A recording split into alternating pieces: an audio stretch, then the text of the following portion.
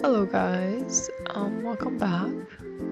Today I am doing another unscripted voiceover.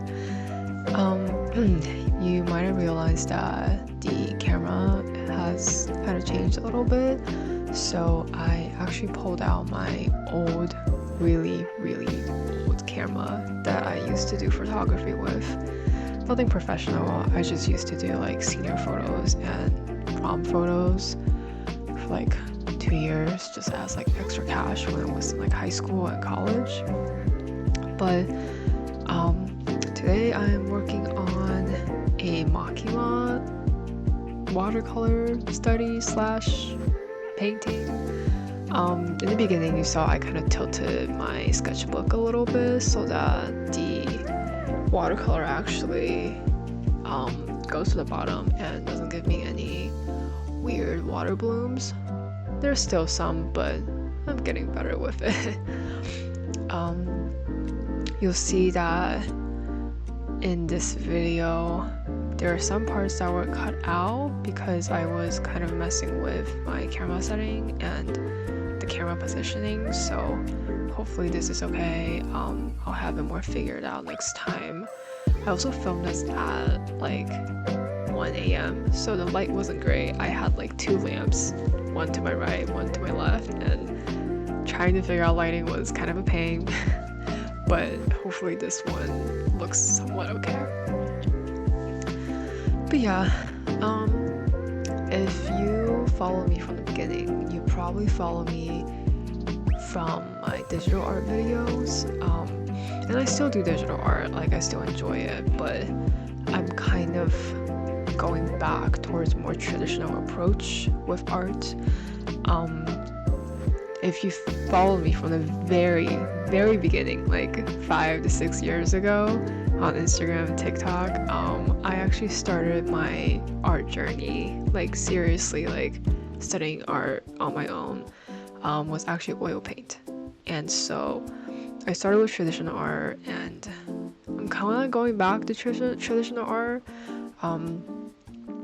I don't know, there's just something that like digital art just can't really replicate for me, like watercolor, how colors blends together, like how they all work together. It's kind of hard to get that feeling from digital art. Like I'll still do digital art from time to time, it's just right now I'm focusing on more digital stuff, more traditional stuff, such as, you know, watercolor. I still do alcohol marker, like Copic alcohol marker. I plan to go back to oil paint sometime soon-ish once I get things a little bit settled. Also, I wanted to have like a more ventilated area with oil paint, since I do have cats and I don't really want them breathing in that. But yeah, I think I talked about this like a couple videos back maybe, but I've always wanted to do art, but just kind of always stuck with STEM as like the safe choice. And I did art when I was a kid. My dad was really nice and got me these like art lessons when I was in Taiwan. So I did live in Taiwan for 5-6 years-ish.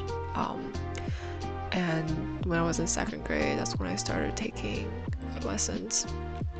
And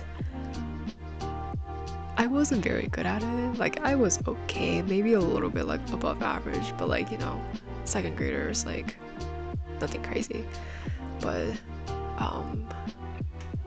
as life went on, I've just always gone back to art, and there's something very calming to be able to like create freely of what you want to do. It's like therapy, really. But yeah, I don't know.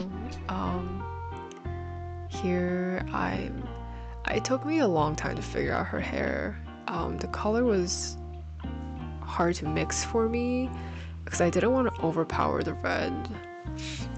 So it turned into more like a purplish color for her, and so she kind of looked like Kafka from Star Rail for a hot second, but we fixed that up after, you'll see later, when her eyes start to come together a little bit better.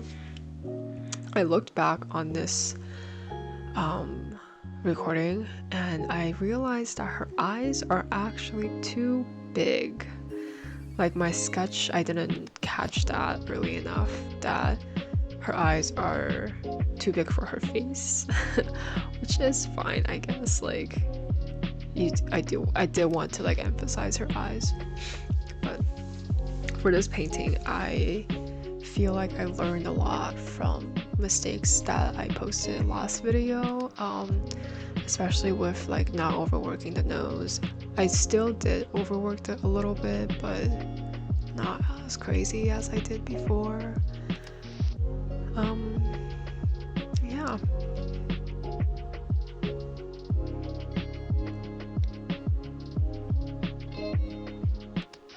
For her shadows, the very beginning of the video, I actually mixed lavender for the shadow with a little bit of the raw sienna, and that worked out actually pretty well. The lavender color wasn't as overpowering as like ultramarine blue or anything like that. Here is a little, you can see like there was a little bit of skip in progress here because I had to figure some stuff with my camera out, so this definitely looks a lot more like Makima now. Definitely with her eyes and everything else. I don't want to spoil anything, but go read the manga, it's really good. I did have a lot of trouble with her eyes, like I like the right eye a lot more than the left eye. I think it's because the left eye was smaller than the right one, and I didn't know how to fix that because I started painting already, so I tried to balance it out, but it was still kind of obvious, which is something I need to be more careful of in the future going forward with my sketches.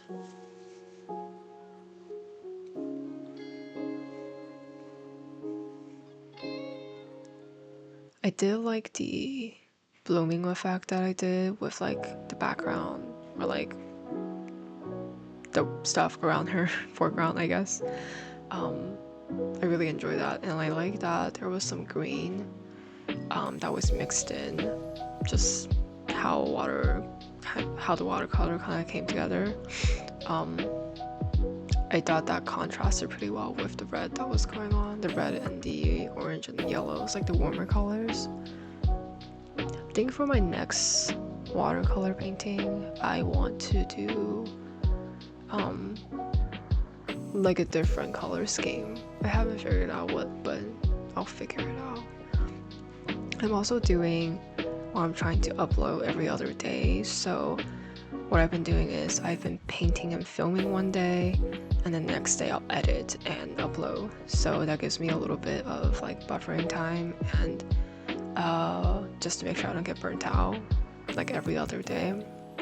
So far it's been working pretty well, and I think I might do a series of this on Instagram where I do kind of like a paint with me every day, but like every other day.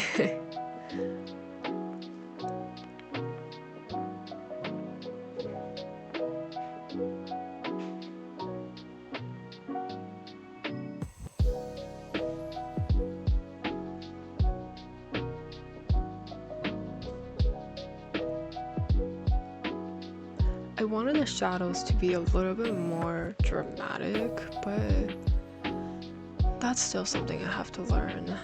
One thing I noticed is you can see that there are some like watercolor like blooms happening where I didn't want it to happen, and it's because I'm so used to like just kind of, I would dip my brush into, the colors, and then I'll paint a little bit, and then I'll like kind of dab off like the excess water on paper towel. But what I didn't notice was that my paper towel was getting wet because of dabbing all of these excess water on there, so it was actually not helping, and it was making my painting a little bit muddy because of it. So next time I have to switch out my paper towel every so often. Yeah, I think I will continue doing this. So if you have any like suggestions or recommendations of characters you want to see or anything of that sort or color scheme, you're welcome to let me know down in the comments. I usually respond pretty fast. I look at my YouTube notifications pretty often just to make sure I don't miss anything, and as a really small artist, I like want to build these like good relationships with you guys, like get to know you, you get to know me, like a little friendship, you know. But yeah, this is Makima. After I filmed this, I went back in and added some more highlights in her hair just with like a jelly roller. I think that's what they're called, like a pen. I really need to get gouache for that, but I don't feel like getting like a different medium. I have enough on my desk, I don't need more. But yeah, thank you for watching. Hopefully next time I see you, my camera situation is much better and that it doesn't look as disconnected. But next time I will again do watercolor or alcohol marker. I might even do like a tiny vlog, I don't know, I'm not sure yet. But thank you for watching. Have a good day or have a good night, wherever you are. Bye!